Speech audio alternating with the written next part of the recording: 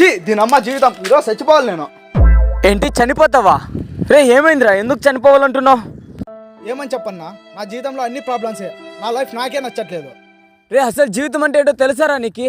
జీవితం అంటే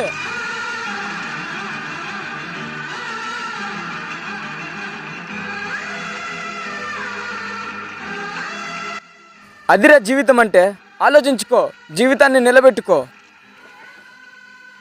నా కళ్ళు తెరిపించావన్నా, నేను చనిపోను. అదిరా, ఇంకెప్పుడు ఇలాంటి ఆలోచన వచ్చినా వెంటనే నాకు ఫోన్ చేయి. ఏ టైంలో అయినా, అర్ధరాత్రిలో అయినా నువ్వు నాకు ఫోన్ చేయి. నేను కాల్ లిఫ్ట్ చేసి నీకు మోటివేషన్ చేసి నేను బతికించుకుంటారా? నేను బతికించుకుంటాను. థ్యాంక్స్ అన్నా, థ్యాంక్స్. ఏం అభిమానం నా పిల్లని మీద, మోటివేషన్ చేసి మరీ బతికిస్తున్నావు. అభిమానమా తొక్క? వాడు నాకు 50,000 అప్పున్నాడు తమ్ముడు. వాడు చచ్చిపోతే ఎవడు కడతాడో కూడా తెలీదు. వాడు ఎప్పుడు ఏం చేసుకుంటాడనే భయంతో నాకు నిద్ర కూడా పడతాను లేదు.